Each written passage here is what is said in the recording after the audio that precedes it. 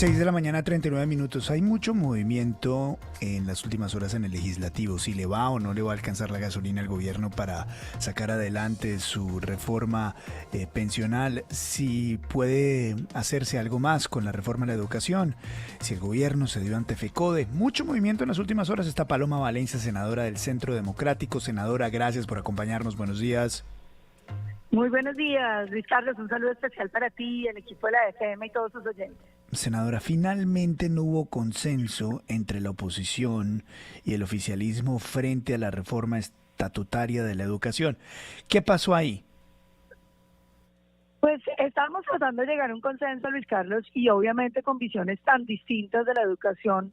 Por un lado, la apuesta del gobierno, que es totalmente estatista, y la nuestra, que es una que reconoce que la educación es un bien público y que por lo tanto son igualmente importantes la educación que presta el Estado como la que prestan los privados. Es muy difícil conciliar, entonces lo que se trató de hacer pues es tratar de construir una ley donde cupieran las dos visiones. No obligaba ni a la una ni a la otra, para que en los desarrollos posteriores pues cada gobierno tuviera oportunidad de dar, digamos, el sentido que para cada uno tiene. Ellos podían desarrollar un proyecto estatista como lo pretenden y nosotros habríamos podido desarrollar en un futuro gobierno un proyecto que tuviera e incluyera la decisión del ciudadano como elemento esencial en la toma de decisiones. Y eso, por supuesto, pues creo que le generó a quienes siguen al pacto histórico la impresión de que ellos estaban como cediendo a una visión distinta, que creo que no era así, sino la comprensión de que una ley no puede limitar la alternancia de poder, porque si usted aprueba la ley que el pacto histórico quiere, pues evidentemente en el siguiente gobierno que no sea el pacto histórico, lo primero que hay que hacer es derogar esa ley.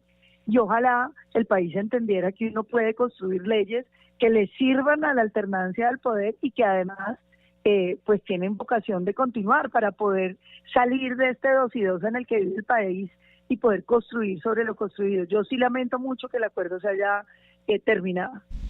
Senadora, es que hasta la ministra de Educación salió a decir en las últimas horas que todo este argumento de FECODE, que está en paro nacional, que señala que es que quieren privatizar la educación pública a través del sistema de vouchers, es un mito y es falso. ¿Qué es realmente lo que pasa en este proyecto con los vouchers? Es absolutamente falso que el proyecto genere los vouchers educativos, pero deja el espacio para que un gobierno que quiera hacer vouchers educativos, pues los puede hacer, porque es que prohibirlos es imposible, es inconstitucional.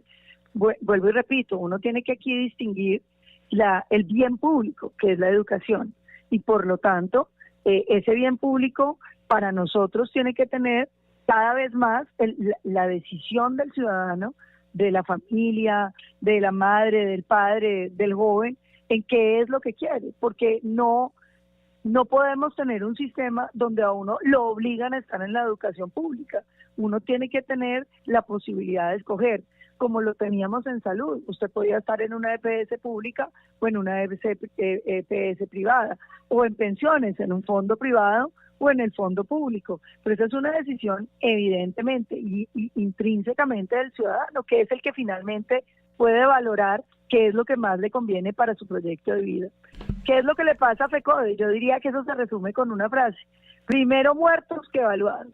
FECODE no ha hecho paro por los más de 100.000 profesores con enfermedades crónicas que no estaban recibiendo medicamentos, con tantísimos problemas como los que han tenido en el sistema de salud, pero el hecho de que digan que los van a evaluar, eso pues les parece imposible.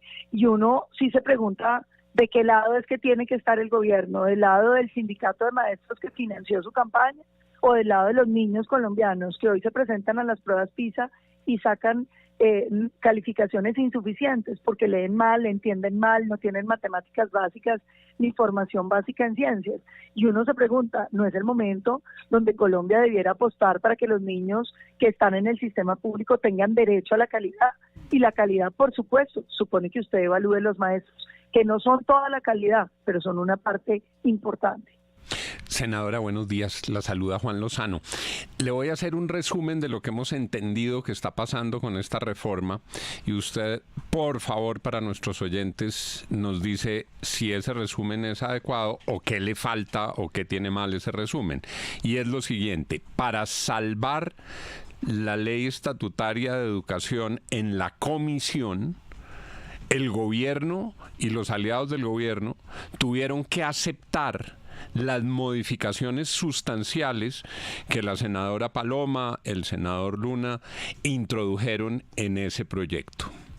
Al llegar a la plenaria, algunos del gobierno no creían en esas modificaciones porque eran muy sustanciales, pero para garantizar que el proyecto saliera, ustedes insistían en que se tenía que respetar el acuerdo que hicieron en la comisión.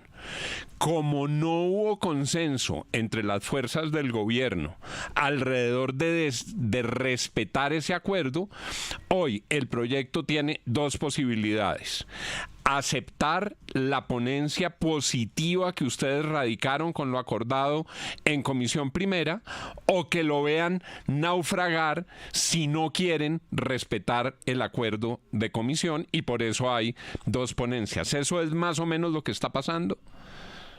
Pues doctor Juan, exactamente lo que está pasando. La cuestión ahí es saber, primero decir que el gobierno radicó primero, y eso significa que la primera ponencia que se va a discutir es la del gobierno. Sería desastroso para Colombia, desastroso que pase la ponencia del gobierno, porque representa una amenaza a la autonomía universitaria gravísima. O sea, ahí lo que pretenden es que todas las universidades públicas y privadas tengan votación de las comunidades y los estudiantes para elegir los rectores. Imagínense que esa reforma se hizo en la Argentina con unos resultados en términos de calidad deplorables, pero tiene además unas redacciones según las cuales el Estado no puede sino invertir en la educación pública. ¿Eso qué significa?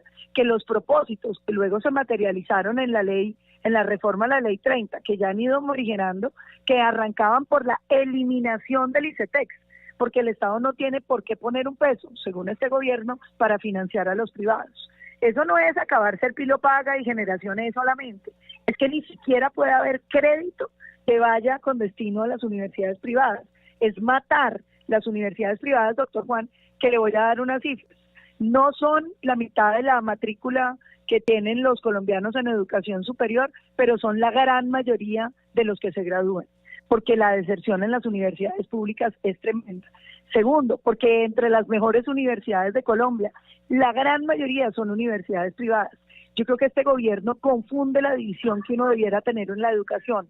Uno no debe pensar en educación pública y privada, porque digo nuevamente, las dos son un bien público. Usted debiera pensar en educación con calidad y en educación sin calidad, porque hay universidades de garaje privadas, pero hay universidades de garaje públicas.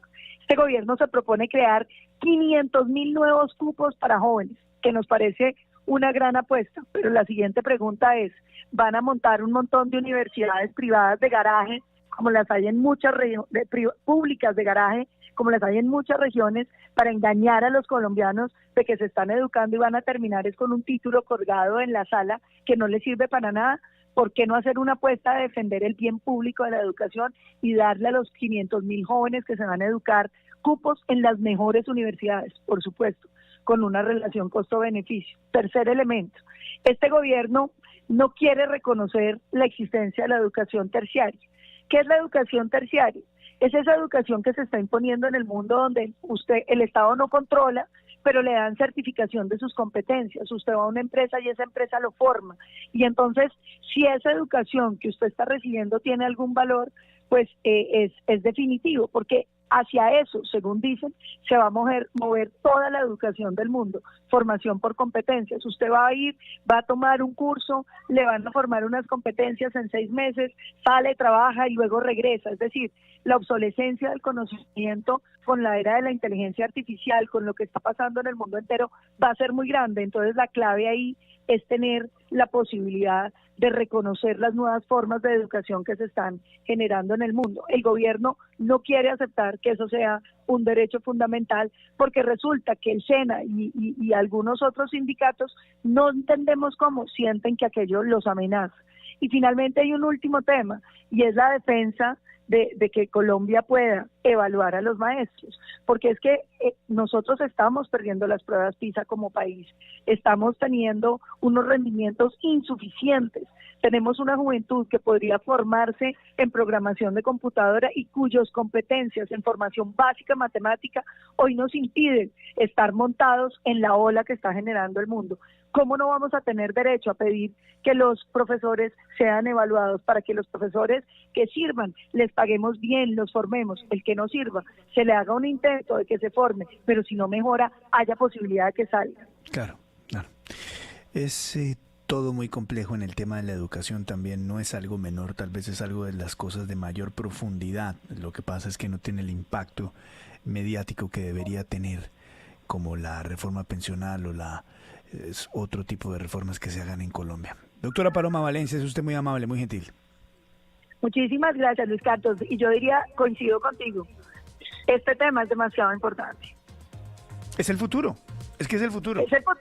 Pero la gente habla mucho de la juventud, de los problemas de equidad de este país. No hay un problema de equidad más grande en Colombia que la educación. Aquel niño que tiene recursos puede ir a la mejor educación disponible, mientras los niños más pobres están rezagados a la peor educación. Si uno quiere construir una Colombia justa, el tema más importante es la educación. No solamente la peor educación, rezagado a los más pobres, sino en la educación con mayor contenido político indeseado, que es el que construye los votantes del futuro. Y si ustedes que están ahí, que son la oposición y que se están dando cuenta de lo que está pasando, pues vamos a terminar con un montón de muchachos adoctrinados que son los que van a votar en el futuro y los que van a terminar destruyendo el país, como hoy en gran parte está ocurriendo. Doctora Paloma, gracias de nuevo, muy amable, muy gentil. Muchísimas gracias y un feliz día para todos. Feliz día, 6:51.